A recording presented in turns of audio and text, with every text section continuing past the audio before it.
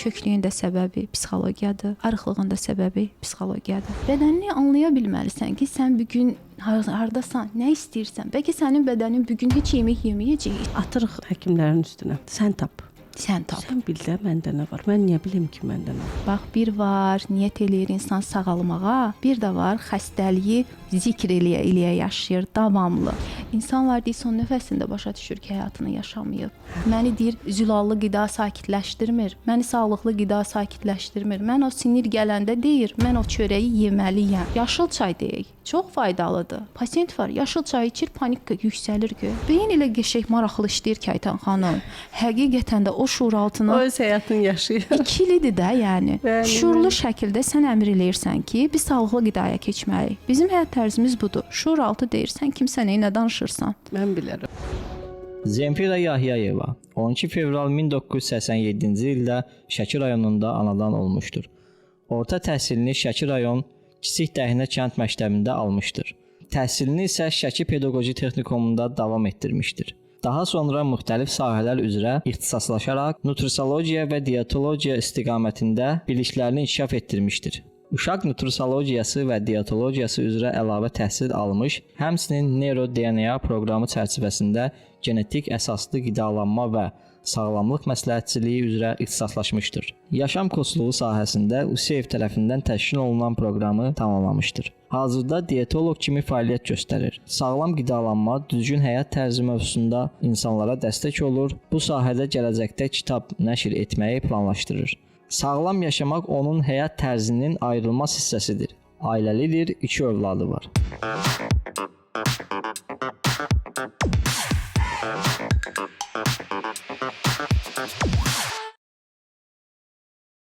Zemfira xanım, xoş gördük. Xoş gördük Aytan xanım. Nə üçün bir diyeti tamamlayırıq?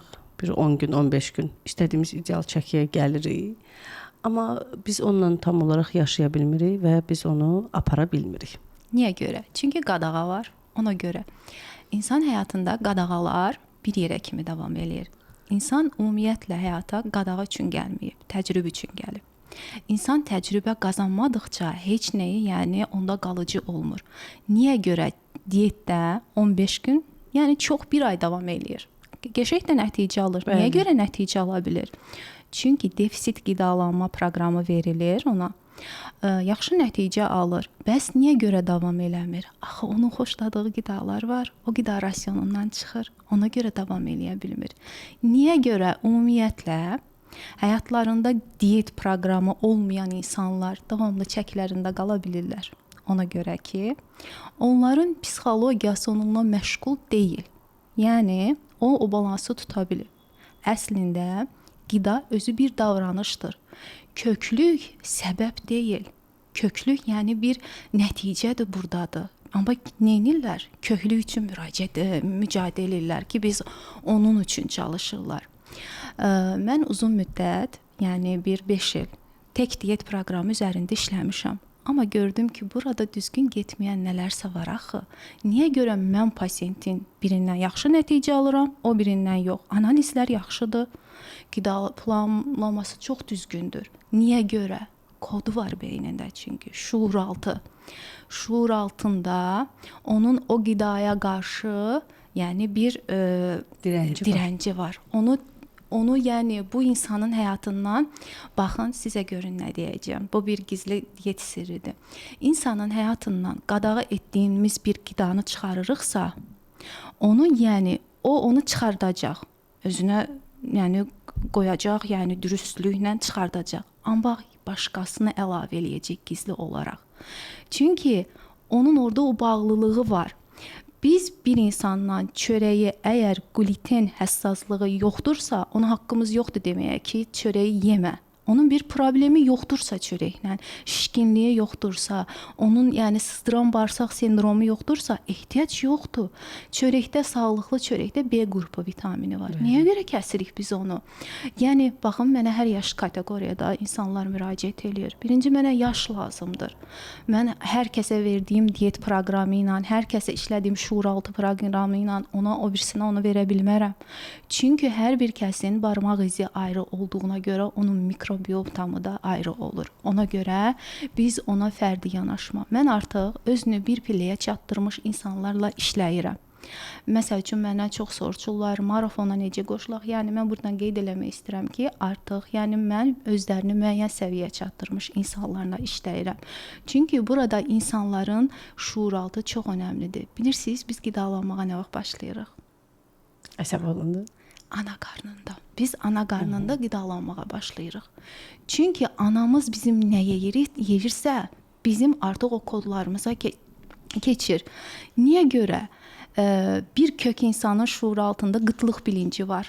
Yəni hər kəsə şamil deyil bu. Müəyyən insanlara da məsəl üçün onun maraqlanırıq. Çünki özünü qorumalıdır. Məsəl üçün nevroz bulimiya dediyimiz xəstəliklər var. Məni deyir, sağlıqlı imkanı var xanımın, yəni imkan necə deyim də sizə, o dərəcədə imkan var. Məni deyir, zülallı qida sakitləşdirmir. Məni sağlıqlı qida sakitləşdirmir. Mən o sinir gələndə deyir, mən o çörəyi yeməliyəm. Necə yeməliyəm? Qaytaracaq dərəcədə yeməliyəm. Yəni onun artıq o nədir? Koddur. Ana, yəni biz onu işləyəndə o keçmişdən sonradan qazanılma bir zənginlik olur. Ailədə o, yəni o varlılıqda olmayıb. Ana kökdən nə çıxır? Ana deyir ki, belə bir xalq arasında əppək qatığı elə deyirlər. Elə bir söz var. Əppək qatığı eləyin, doydurun özünüzü. Onu silə bilmərik axı biz. Biz siz necə eləyə bilərik? Fərqindəlik qazandıraraq. Yəni bunu mən heç çox, yəni həqiqətən mən insana qadağa sözünü yaraşdırmıram. Təcrübə. Öyrənməliyik. Bax, mən həmişə pasientlərə nə deyirəm? Deyirəm ki, ümumiyyətlə tibb təsdiq eləyib ki, bu qida sağlamdır, sağlıqlıdır. Kimə görə, nəyə görə sağlıqlıdır? Bəli. Tamamilə razıyam sizlə. Hər qida hər kəs üçün deyil, hər diyet də əminəm ki, hər kəs üçün də deyil. Biz burada deyirik ki, yəni niyə yediyinə bax qidanın, nə yediyinə yox. Bəli, düzdür. Niyəsinə bax. Məsəl üçün yeniciklə bir pasient elə işlədik. Xanım, yaxşı bir gözəl xanımdır. 55 yaşı var. Çox, yəni özünə baxımlı xanımdır da, yoqası bir yerdən, qidası bir yerdən. Yəni bu xanım demərsən ki, mənə niyə müraciət eləyib? Müraciəti budur ki, analizlərdən də təzə çıxıb, məndə özümdən asılı olmayaraq mən yemək yeməyə başlamışam. Mən özümə inana bilmirəm ki, mən niyə belə olmuşam. Xanımla qəbula təbii ki, yazıldı. Baxdım, yəni baxıram ki, qidalıq bir şey yoxdur axı bunda. Konsultasiya götürdü. Konsultasiyada müəyyən olundu ki, xanımın oğlu işləməyə gedib xaricə. İlk dəfədir ki, ana oğlundan ayrı qalır. Ana da özü bilmədən darıxır, evladı üçün nigarandır. Necə olacaq, nə cür olacaq? Bunu başlayıb, yəni aydınlaşır da konsultasiyada. Niyə görə yeyir? Ana belə baxdı mənə. Sonra konsultasiya səhər olmuşdu. Səhərki günü mənə yazdı ki, Senfira xanım, mən inanmadım siz sözü dediniz mənə. Amma mən axşam yemək yemədim. Mən fərqinə vardım onda. Mən başa düşdüm ki, mən onun üçün darıxıram. Ondan çıxıram, o yeməkdən çıxıram, o darıxma hissiyatımı. Deyirəm sizə, xanım necə xanımdır da, baxımlı, yoqası bir tərəfdən. Yəni demərsiniz ki, niyə də? Yəni özü də qəbul eləyə bilmir o kilonu, 3 kiloqram kökəlib, qəbul eləyə bilmir onu özündə. Baxın, belə deyim, Aytən xanım, qidalar bir yerə kimidir. Sağlıqlı qidalar bir yerə kimidir. 35 yaşdan plus qadınlara artıq qida və qida əlavələri lazımdır. Perimenopoza girirlər çünki bunlar. Artıq menopoza hazırlıq gedir. Bədəndə müxtəlif cür dəyişikliklər baş verir. Niyə görə? Baxın, çox birini də qoyub birinə gedəcəm. Deyir ki, xalqın əksəriyyəti qazandıqları maaşın %80-ni dərmanlara, simptomları susturmaq üçün verirlər. Sonra da deyirlər, mənə çox yazırlar ki, bunu dərmanların faydası yoxdur. Ancaq ki, düzgün müalicə yoxdur. Çünki sən neynirsən? Simptomu susturmaq üçün ürək döyüntüsü var, panik ataqdır. Onu susturmaq üçün neynir? Dərman verir də ona. Dərman verir, müalicə eləmir. Müalicə hardadır? Bağırsaqda. mikrobiotadadır. Bağırsaq bizim ikinci beynimizdir. Bizim, yəni təməl qidamız zülaldır, sağlıqlı zülallardır. İnsanlar bilirsiniz mənə nə edirlər? Yemək yeməkdən qorxurlar. Pasient gəlir, deyir ki, mən yemək yemirəm ki. Deyirəm, sizin bir qida menyunuzu mən bilim. Zaten bilirəm. Bax, mən səhər yuxudan dururam, konfetlə çay içirəm. Artıq neynədir? İşlənmiş karbohidrat verildi ora. Neynədir? Hücrə doymur, ac qalır. Neynəyəcək? 1 saatdan sonra yenə. Onda zülallı qidanı istəmir bədən. Yəni ona ehtiyac duymur. Axı onun birinci qidası işlənmiş karbohidrat oldu, şəkər oldu. Sən birinci qidanı zülal ver görüm.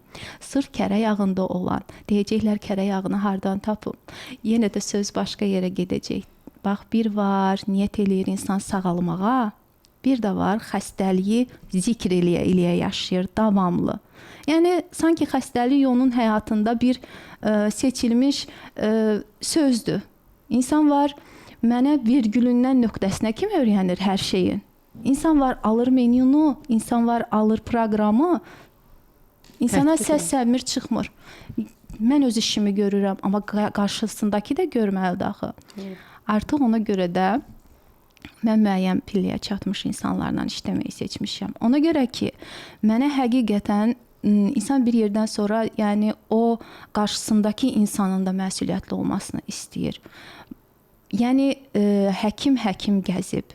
Panik atak, migren, indi bilirsiniz ki, hal-hazırda tibbdə bunların tamamilə müalicəsi yoxdur. Hər birisi bu spiritual yaşamla şəfalanmağa doğru gedir. Spiritual yaşam şəfalanması nə deməkdir? Şuuraltı, nəfəs texnikası, qidalanma dedikdə mən, yəni ikinci qidalanmamız da nəfəsdir.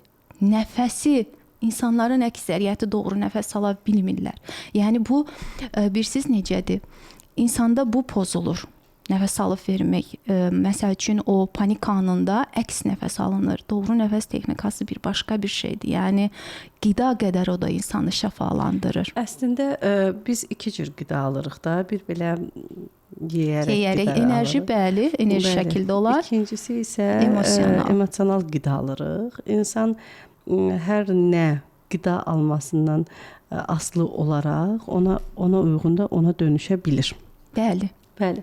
Mən də bilirəm ki, maşallah siz də hər iki tərəfdən çalışırsınız da. Bəli. Çünki nəticə istəyirəm pasientdən. Bəli. Çünki insan baxın, əslində biz bir məhsuldan hazırlanmışıq. Bizdə sümük var, ət var, hüceyrə var, damar var, dəri var. Tək deyilik. Biz tək olmadığımız üçün də müalicəni də əslində bir meyar üzərindən aparmağımız yanlışdır.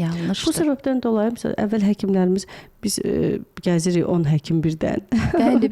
Bu biraz absurd olur da indi. Əlbəttə ki, indi bir başqa sahələrdə bu özünü tapır, amma sırf bu qidadırsa, sırf bu mənəvi rahatlıqdırsa, sırf burada deməli sənin özünün ruh halındırsa, emosional yeməyindirsə, sən bunun bir kökünü tapmalısan ki, sən ruhun bəlkə nələrisə yeyib, bəlkə nələrisə atıb, sən bunu tapa bilməmisən. Bəli, tamamilə Aytan xanım doğrudur. Çünki niyə görə deyirəm ki, müəyyən artıq səviyyəyə gəlmiş insanlarla işləyirəm. Çünki mənim işim artıq qadağa deyil, sən onu yemə deyil. Sən bunu nəyə görə yeyirsəndir? Niyə görə yeyirsən? Səbəb nədir ki, sən bu qədər çörək yeyirsən? Çörəyi qida rasionundan çıxarmırıq. Amma ki, çörəyi çıxarmaq yox, çörəyi yəni əvəz eləyici qidalar verməliyik ki, ona işləmə texnikası verməliyik ki, o çörəyi bədən öz istəməsin. Neyinir? Bağımlılıqdır. Bağımlılıq. Baxın, niyə görə hər birimiz evimizə gedəndə rahat oluruq? Yəni deyirik, evimizin rahatlığını bizə heç nə vermir. Yəni o çörək nədir ona? Restoranda yediyiniz yeməklə evdə yediyiniz yeməyin dadı hər gün də restoranda yemək yemək istəmərsiniz. Çünki evinizdə daha rahatsınız. Çörək sizə bağımlılıq, istilik, huzur verir. Ona görə də sən balanslı bir şəkildə qida qəbul eləməlisən ki, çörəyə qara siyahıya alma. Çörək sənin yenə də şükr eləyərək yemək lazımdır. Baxın, bu həyatı cənnət deyə axtarmağa ehtiyac yoxdur. Cənnəti hal olaraq özümüzə, yəni etməliyik ki, biz hal olaraq cənnətə çevrilik. İnsanları baxın, qadağalar birsiz hardan yaranır Aytən xanım? Hər birimiz evlad, balaca uşaq olmuşuq. O evladı azca boyu hündürləşən kimi, ikinci evlad dünyaya gələn kimi onun boyu var axı. Deyir ki, eləmə, ayıbdır. Görsən nə boydasan? Yəni artıq sən böyüksən. Artıq bu şuur altına qadağa sanki insan var davanı sevir, insan var dalaşmağı sevir, ondan motivasiya alır, motive olur. Bu hardadır? Kök, ailədədir. Mənə o qədər yazırlar ki, Aytən xanım, inanın ki, Allaha, ona mən cavab verməyə mənim nə vaxtım, nə zamanım olmur. Panik ataqdan əziyyət çəkənlər nə qədər insan var, nə qədər insan var. Kökənci hamısı nədir? O uşaq vaxtından yaşanan stresslərdir. O çıxmayıb, üzə çıxmır. Ondan sonra o qalır insandır. Gerçəkdən heç nə yoxdur. Gerçəkdən heç nə yoxdur. Amma bəbədən deyir ki, skorunu çağırır ki, mən ölürəm. Ölürəm. Mənə çarə verin, ölürəm. Deyir, kəlmə-i şəhadəti gətirir ki, mən ölürəm. Ona inandırmaq olmur ki, sənin heç bir şeyin yoxdur. İnanın, 64 yaşım var, deyir qadın. Yəni, neçə kərələrlə intiharı fikirləşmişəm. Bu dərəcədə panik atağın kökəninə düşüb sağaldan heç nə yoxdur. Niyə görə yoxdur? Çünki artıq ona məşğuliyyət lazımdır. Sağlam qidalanmaq. Siz necədir? Panik atağı sən gündəlik həyata idarə eləmək üçün yaşaya bilməzsən. Sən artıq panik atağa görə yaşamalısan. Panik atağına görə hərəkət eləməlisən. Panik miqreninə görə hərəkət eləməlisən. Sən miqrenin var deyə hər şey eləyə bilməzsən. Amma ki, onun üçün ritualların olmalıdır ki, sən onu cizəsən, planlayasan, işləyəsən. Sən məsəl üçün nəfəs texnikası eləməlisən, qida əlavəsi eləməlisən, lazım gəlir vitamin, mineral içməlisən.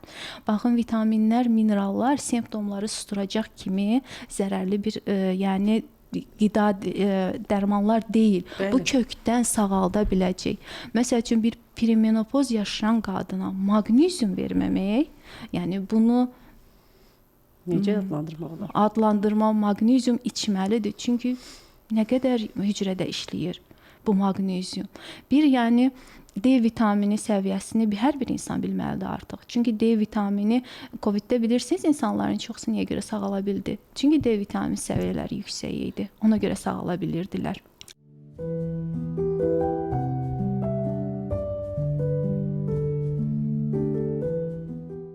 Çox dəyərli izləyicilərimiz, mən sizə çox təşəkkür edirəm izlədiyiniz üçün, kommentlər bildirdiyiniz üçün, kanalımıza abunə olduğunuz üçün. Amma biz aylıq statistikalara baxırıq. Aylıq statistikalarla heç də bizim rəqəmlərimiz düzgün gəlmir. Baxırıq ki, izləyici sayı, izləmələrimiz real daha çoxdur, amma izləyici sayında isə rəqəmlərimiz artmır. Rəqəmlərimizin artması isə birbaşa bizim gələn qonaqlarımıza, əməkdaşlarımızın çalışmasına, bizim özümüzün fəaliyyətimizin davam etməsinə təsir göstərəcək. Bu sizin üçün çox sadəcə bir düymə basması ola bilər, amma bizim üçün isə böyük bir əhəmiyyət kəsb edir. Hər birinizdən çox xahiş edirəm. Bizə dəstək olmaq üçün mütləq şəkildə kanalımıza abunə olun. Kommentlərinizi həmişəki kimi əsirgəməyin və bu yolda bizi tək qoymayın. Təşəkkür edirəm sizə.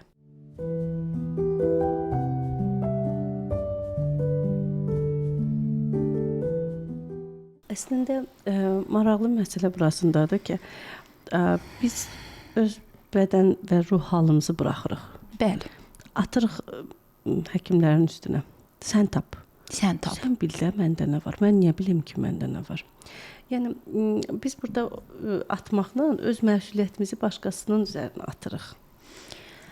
Baxın, mən bir gün gözəl bir böyük seminarda idim. Deyir ki, bir şəkər xəstəsinə həkim, yəni onun analizinə görə ona şəkər dərmanını yaza bilər. Amma bax ki, həkim onu gündəlik izləyəcək dərəcədə onun həyatında deyil axı. O artıq özü tənzimləməlidir ki, mən məsəl üçün həkim yazsa ki, ona şəkər dərmanını gündə 2 dəfə, bəlkə o gün o qədər qidalanmayacaq, aşağı düşə bilər şəkəri. Yəni artıq mən hər zaman pasiyentlərimə deyirəm, mən sənə faydalı qidanı, mən sənə məsləhət bilirəm. Amma sən bunu artıq öz bədənində necə reaksiya verəcəksən təyin eləməlisən. Sən yaşıl çay deyək, çox faydalıdır. Açsanız hər yer deyəcək, pasiyent var, yaşıl çay içir, panik yüksəlir göyə. Faydası var axı bunun. Yəni Baxır kimə? baxır kimə, nəyə görə. Məsəl üçün deyir ki, yüksək dərəcədə karbohidratlarla qidalanmayın. Baxır kimə görə, nəyə görə. Həzm prosesi zəif olan adam, xəstəlik keçirən adam karbohidratı yeməlidir ki, o toparlansın, o ayağa qalxa bilsin. Yəni sən bir başqasına təyin elədiyin qidanı o başqasına verə bilmərsən. Barmaq izi eyni olduğu kimi hər kəsin mikrobiotası da hər bir kəsin fərqli olur.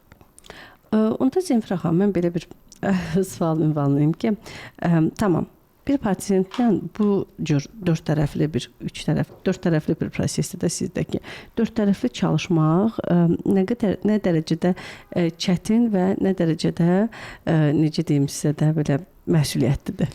Mənə deməzdim çətindir. Çünki mən qəbul elədiyim pasiyentdən nəticə istəyirəm axı artıq. Mən nəticə almaq üçün də mənə deyirəm axı mənə müəyyən səviyyə çatmış insan müraciət eləməlidir ki, mən onunla işləyə bilim. Çəki səbəbi də onun.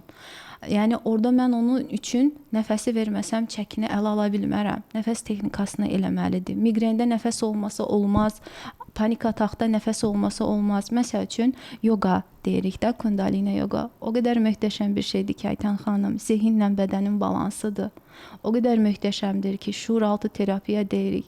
İnsan yəni o şuuraltında EFT nöqtələri deyirəm də mən. Yəni çox gözəl bir təhsil almışam. Onu mən şükürlər olsun öz həyatımda tətbiq eləmişəm və də başqalarının həyatında da edirəm.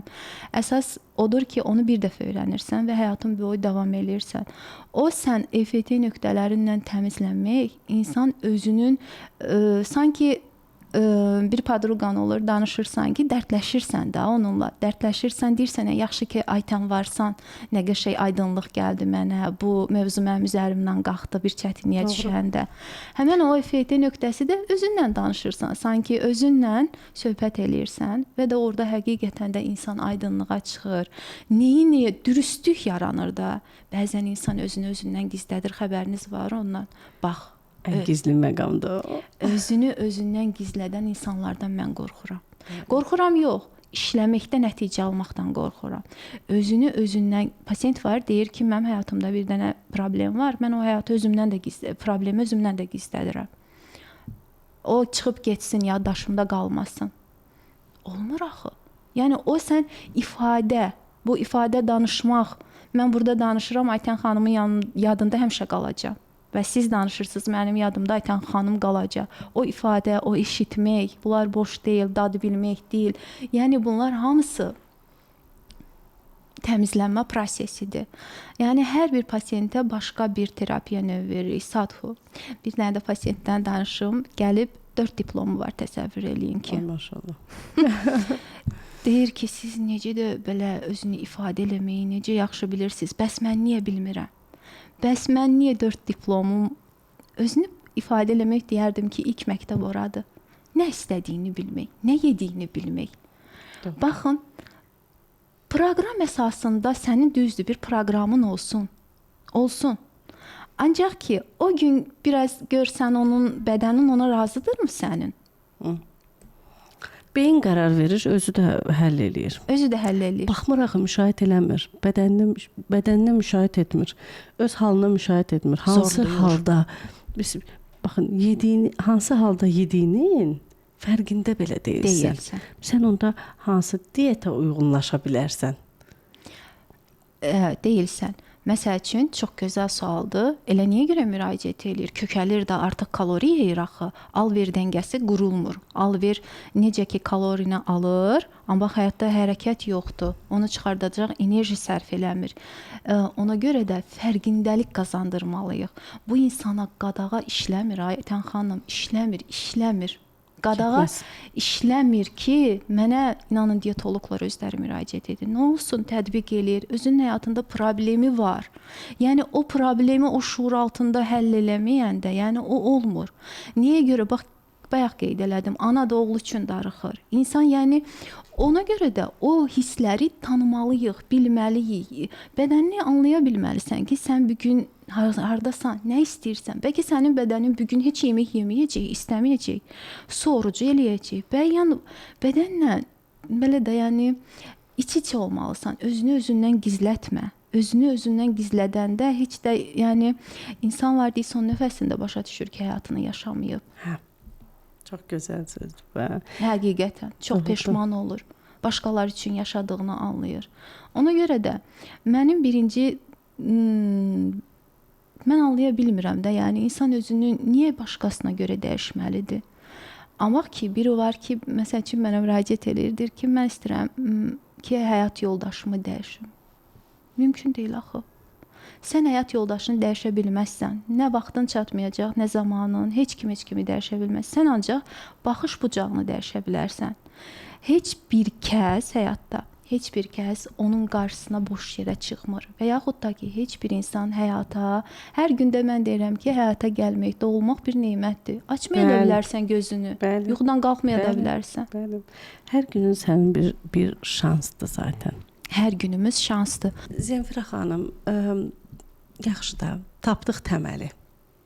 Təməli də tapdı, deyim ki, Təməli çəksin. tapandan sonra nələr olmur ki? Nə olur? Nə olur? Peşman olur yaşadığı ilk həyatına. Təsəvvür eləyin, bu təməli tapmaq 60 yaşında insana rast gəlib. Ondan sonra nə olur? Peşmançılıq, böyük deyirəm, artıq bu da bir beynin sənə qurduğu oyundur. Onu da eləmə də. Gəl, nə var indini yaşa. Şükür elə yaradana. Yəni, Keçib də neyini keçib. O peşmançılıq nələr insana bir var, insan pulu qazanmağı yolunu sonradan tapır. Yəni deyir, ağlım olsaydı eləmək, bunu eləyərdim, bu işi görərdim. Belə deyək də Aytən xanım, hər bir yaşın özünün həyatda istəkləri başqa olur. 40 yaşında gerçəkdən insan pulun qədrini deyək, ümumiyyətlə sağlığın qədrini bilməsini deyək, başqa bilir. Amma 20 yaşındakı insan onu elə o dərəcədə bilmir. O dərəcədə Doğru. bilmir. 60 yaşındakı insan şükrə daha çox meyilli olur. 40 yaşındakı insan başqa cür olur. Ona görə yaş kateqoriyalarla işləmək bizə çox təcrübələr qazandırır. Gənc xanımdır, imkanı var, deyir ki, mən elə olmaq istəyirəm ki, çox fit bədənə sahib olmaq istəyirəm. Çəkisini soruşuram, ehtiyac yoxdur onun nə çəkisinə dəyməyə, nə heç bir deyirəm, bu sadəcə fotoşoklarda gördüyünüz, yəni oraqlamaqdan istəyir bu xanım. Yəni ehtiyac qəbul eləmirəm elə mən pasiyenti. Çünki insanlara davamlı gördükləri bir şeyləri istəyirlər. Ona görə də bizim bədənimiz bizi bilsiz həyatda necə saxlayır? Necə? Qorx, qaç. Qorx, qaç. Yəni biz onu tərbiyə eləməklə bir şeylər qazana bilərik. Qidalanmanı tərbiyə eləməliyik. Qida tərbiyəsi verməliyik özümüzə. Nə etməliyik? Bizim təməlimiz, bu saçımız, bu dırnaqlarımız, qaşımız, gözümüz hamısı zülaldır. Ət növləri. Sağlıqlı yumurta, yəni bunları bizim o bədənimizin yapı daşıdır da, yəni binövrəsidir. Ana südündə dünyada ən birinci protein ana südündədir. Ana südündən sonra ikinci qida yumurtadır. Azərbaycan xalqına nə ediblər? Yumurtanı artıq yemə. Ağırlıq olur. Xolesterin çox olacaq. Artıq gecə vaxtı yumurta yersən, qorxurlar yumurta yeməkdən insanlar. Nədir? Biznes daxı bu. Bəs cəmaət nə ilə pul qazansın? Döngü nə ilə dönsün? Xolesterin dərmanları necə satılsın? Doğru. Yəni, amma ki, onu yeyəndə təbii ki, təbii yağlardan söhbət gedir.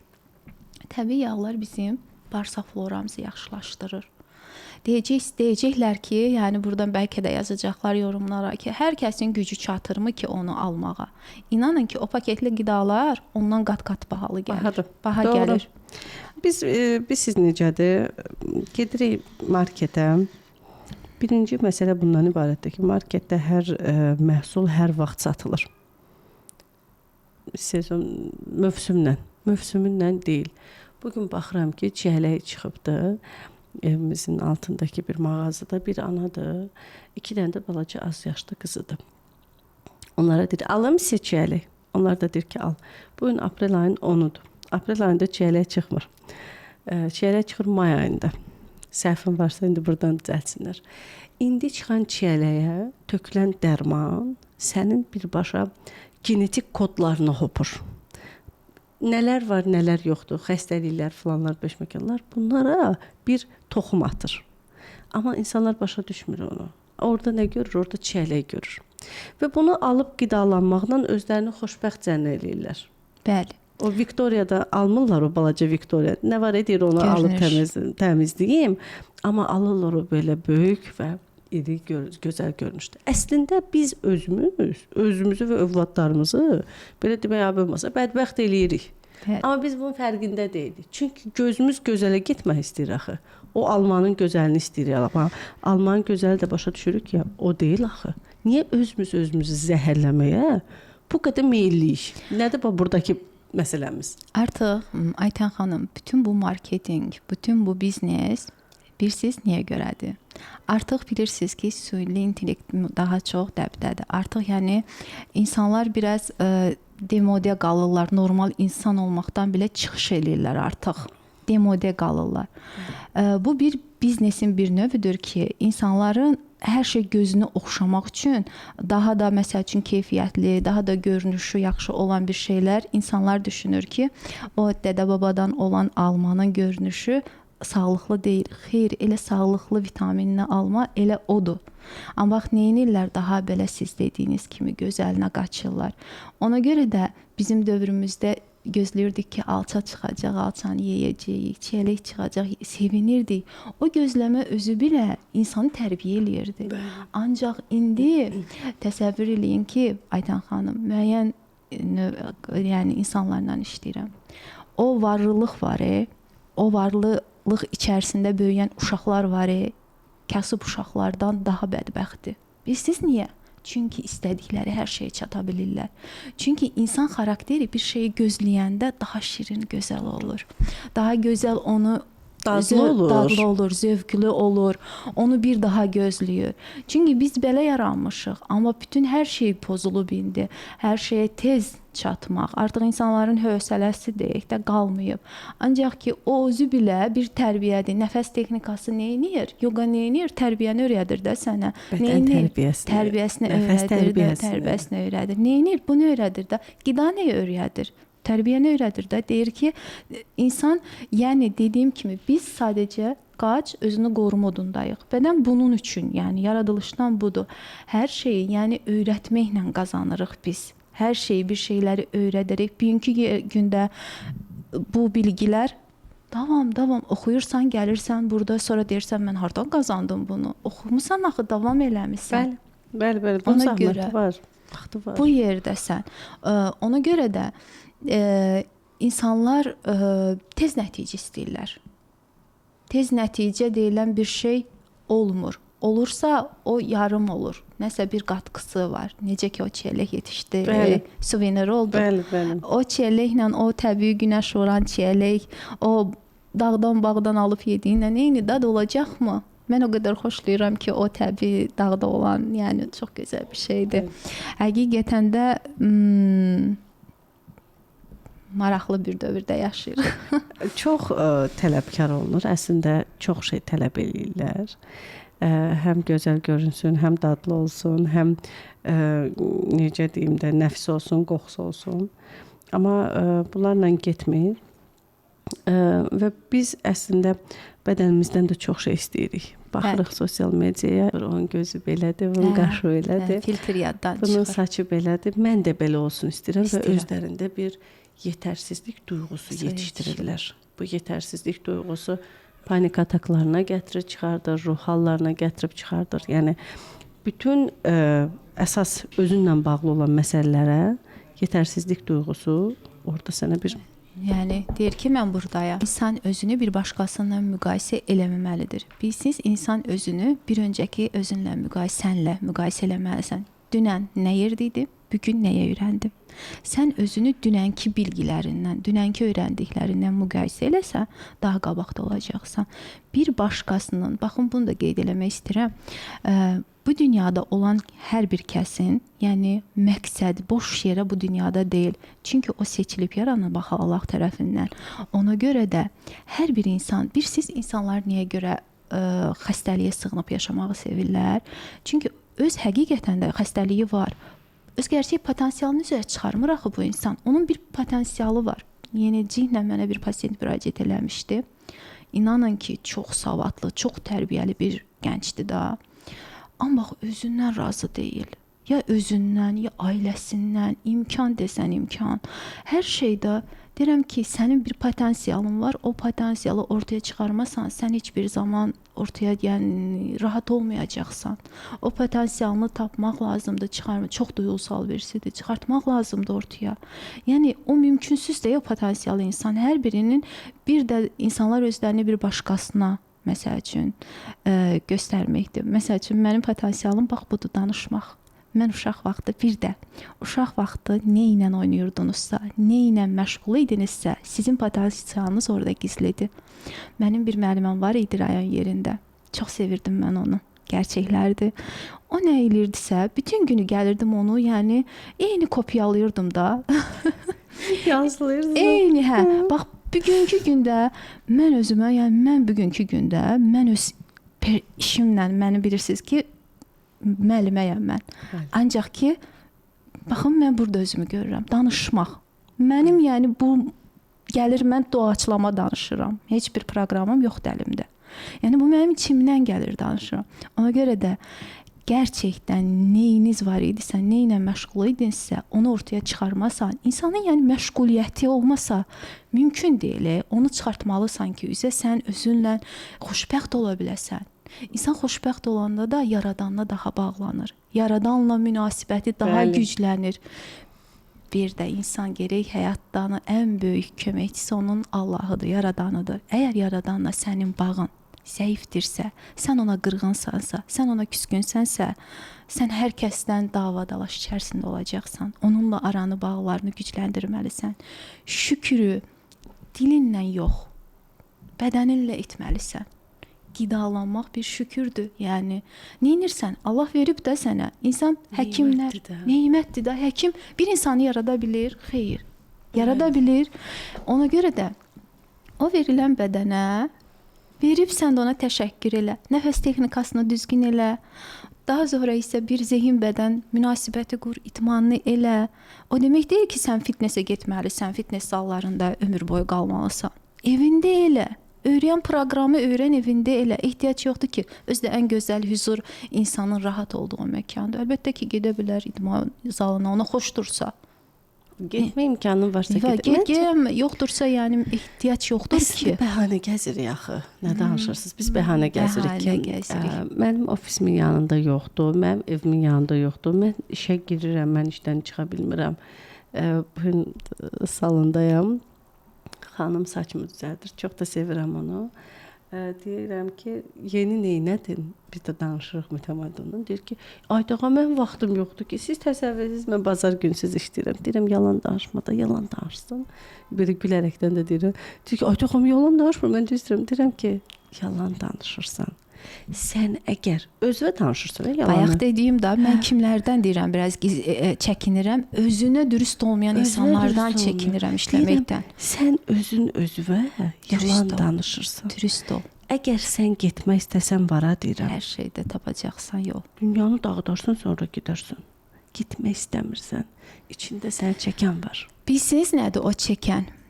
Baxın, yeniciklə bir pasiyenti də işlədim. Mükəmməl bir xanımdır. Yəni başarısı. Deyir ki, o məndə ki, o gəlir, o ərincəklik deyirlər də, xalq arasında tənbəllik. Onu deyib bir bacara bilsəm mən. Onu da siz o uşaqlıqdan gəlir də onların hamısı. Məsəl üçün və yaxud da siz necədir? O anda nə isə eləmək istəyib, ana ya onu danlayıb. Uşaq siz şuuraltı deyirik. Biz körpə oluruq axı, balaca 5-3 yaşında olmaz sözü bilirsiniz onun üçün nədir? Oy, ana tərəfindən olmaz sözü gəldi ona. Artıq onun bilinci altında hətta anaya kin, nifrət də yarana bilir. Deyirik, bir pasiyentim də var idi. Deyirəm, ana ilə bağışlanma prosesini başlatmışıq. Mənə qayıtdı, dedi ki, mən anamı niyə görə bağışlamalıyam ki? Mənə o qədər... Mən onu sevirəm, şuurlu şəkildə anam olaraq hörmət edirəm. Amma mən onun yazını yazanda o mənə gəlmir, o hiss, bağışlama hissi. Dedim, siz yazın. Bu bir tələbdir də, bu şəfalanma prosesidir. Dedim mən yazacağam, amma bax, yəni çox aqressivdir, mənə gəlmir o. Bir ay keçdi, mənə belə elədi. Mən artıq yaza bilirəm ki, mən səni artıq ana olduğun kimi qəbul eləyə bilirəm. Dedim, gördünüz? Dedi, bəli, mən başa düşdüm ki, o mən balaca uşağı idim, anam mənim yaxşılığım üçün deyirdi onu. Amma mən onda onu başa düşmürdüm. Doğru. O onun beynində anaya kin, nifrət olaraq, yəni kodlaşıb. Artıq onu başa düşəndə bayaqki mövzumuza qayıdaq ki, niyə görə o ərincəklik var. Məsəl üçün, o hər hansı bir işini görmək istəyib, bəlkə yuxu saatı gəlib, bəlkə ana deyib buna dur yat, nə bilim də, olub o anda. Onu beyində kodlaşdırır. Beyin elə qəşəng maraqlı işləyir ki, Aytan xanım. Həqiqətən də o şuur altına O öz həyatını yaşayır. ikilidir də, yəni. Bəli, Şuurlu bəli. şəkildə sən əmr eləyirsən ki, biz sağlıqlı qidaya keçməliyik. Bizim həyat tərzimiz budur. Şuur altı deyirsən, kimsə nə danışırsan. Mən bilərəm. Mən bilərəm, mən bu proqramı hardan bilirəm ki, sən mənə bunu öyrədirsən. Görməmişəm deyir. Görməmişəm. Sən kimsən ki, deyir mənə. Mən deyir, anam elə deməyib mənə. Anam mənə deyib ki, əppək qatıq elə deyirlər, onu elə deyiblər. Onu elə deyib mənə. Sən kimsən ki, deyir, indi hər deyənə inanırsan. Amma ki, tərbiyədə yavaş-yavaş görəcəksən ki, hardasan. Yavaş-yavaş nəticə, mən deyirəm ki, məsəl üçün pasiyentin əlində bir sağlıq protokolu var. Hər gündə məsəl üçün mənim həyatım üçün kiməsə deyə bilərsən ki, Aytan xanım, sən bu günlərin bunu yeyəcəksən. Yeyə bilərsiniz. Canınız nə istəsə onu yeyəcəksiniz axı. Yəni həqiqətən də bu bir gündən artıq. Yəni, Mən bir gündən artıq əməl eləyə bilmirəm.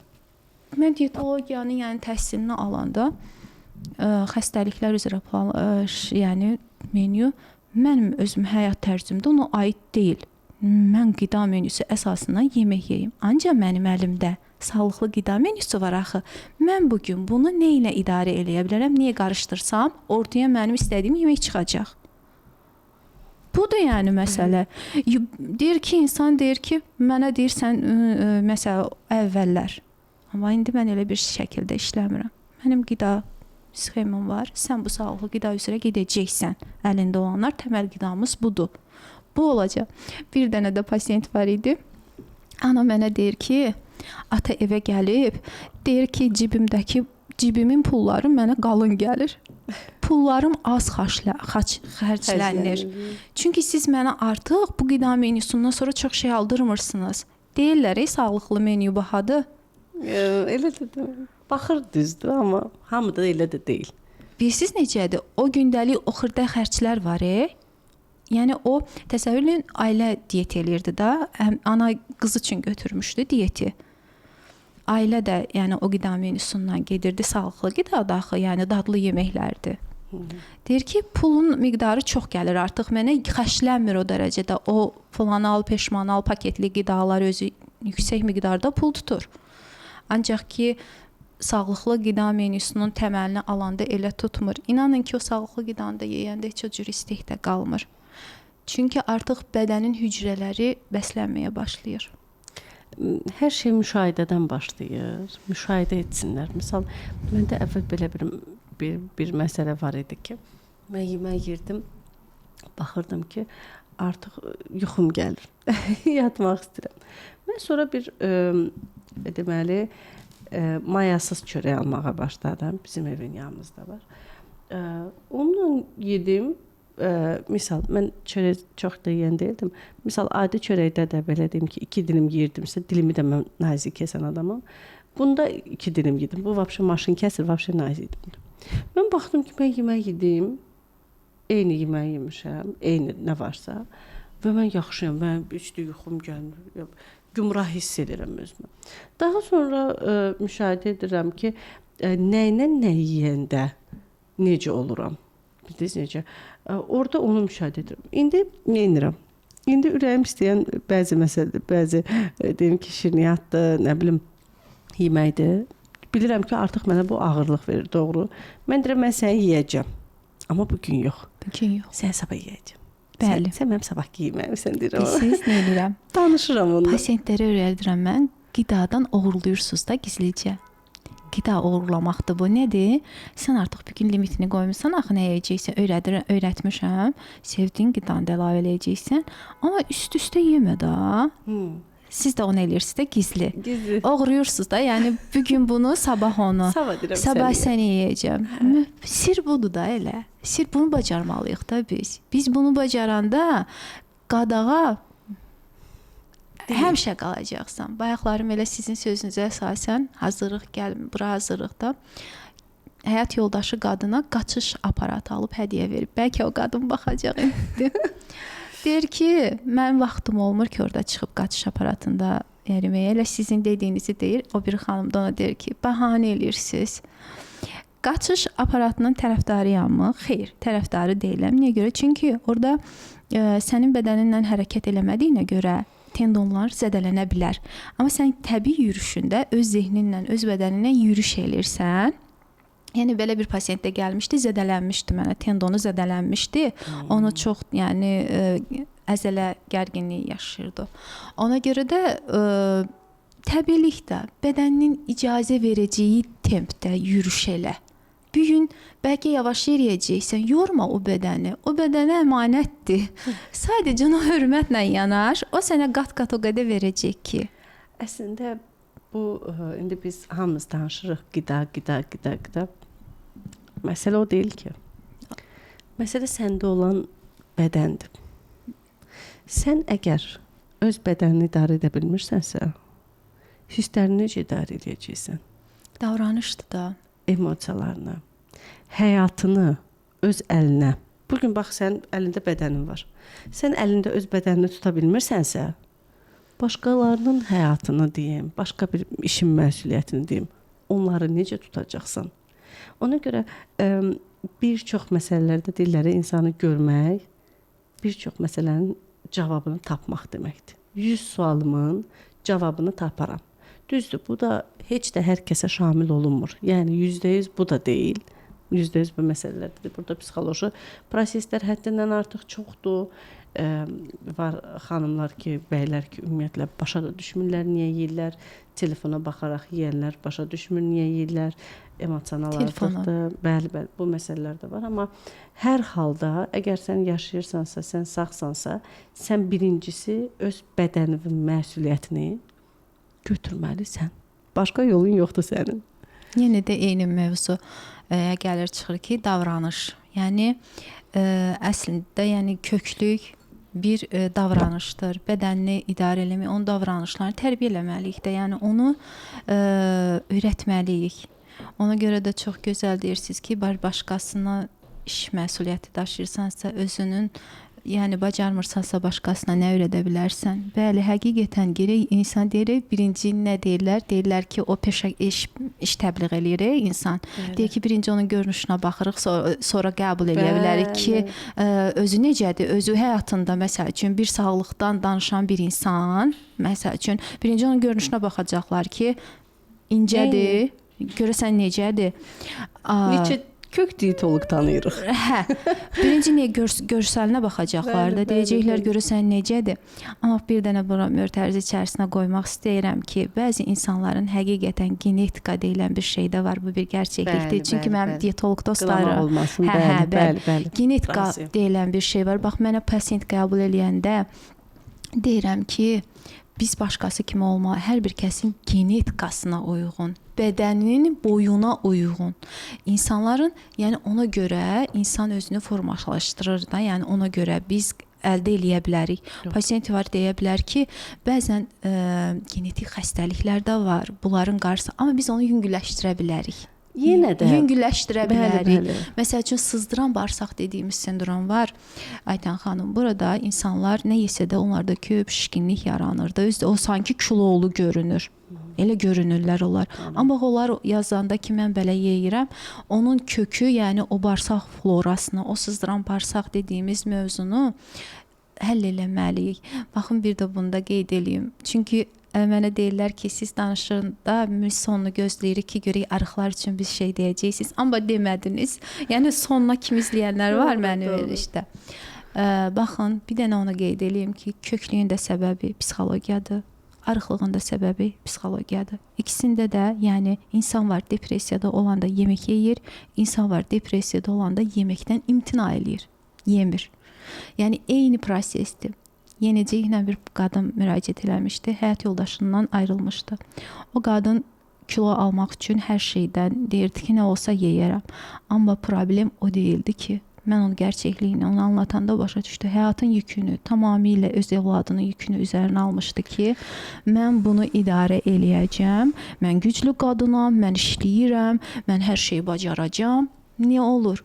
Qadın ümumiyyətlə həyata güclü olaraq gəlməyib. Qadın incə məxluqatdır. Yəni incə bir xanımdır. Qadın güc deyil, qadın bərkdir. Hə, qadın Kişidir güc faktoru. güc, yəni mən deməzdim ki, qadınlar güclü olmağı öz üzərinə alsınlar. Almalı da deyirlər. Mən istəyirəm ki, hər bir xanım öz ərinin yanında, öz həyat yoldaşlarının yanında hər zaman incə qalsınlar. Əsl xanımlıq budur. Bəli. Desələr ki, olmayanlar neynəsin? Suallara cavab da verək. Olmayanlar neynəsin? Mən deyərdim ki, baxın, bugünkü gündə Aytan xanım, mən çox işlədiyim və boşanmaların səbəbi qadınlardır. Bilirsiniz niyə görə? İdarə etməni özəllərlə alırlar. Kişidə idarə edicilik rolundan çıxır. Ona görə də boşanmaların səbəbi qadınlar olur. Ona görə ki, deyir, mənəm idarə eləyən. Amma gizli bacarmalısan onu. Yəni onu bilməlisən də bir qadın olaraq. Sən elə bilsin, kişi elə bilsin ki, sən elə, o eləyir onu. Amma sən elə eləməlisən ki, ona göstərir, sən elədin. Doğru. Kişilər tərifə layiqdir. Yəni, mən bir oğlan anasıyam. Deyir ki, sən bulanı eləyirəm, sən mənə tərifləyəsən deyilirəm. Mənə, yəni, mən gizli işləyirəm axını. Deyir ki, mən səndən onu gözləyirəm. Deyirəm, zaten mən bilirəm də onu. Mən də bunu sənə deyirəm ki, sən elə mənə, mən dediklərimi elə də. Deyirəm, o da mən bilirəm doğrunu. Doğru.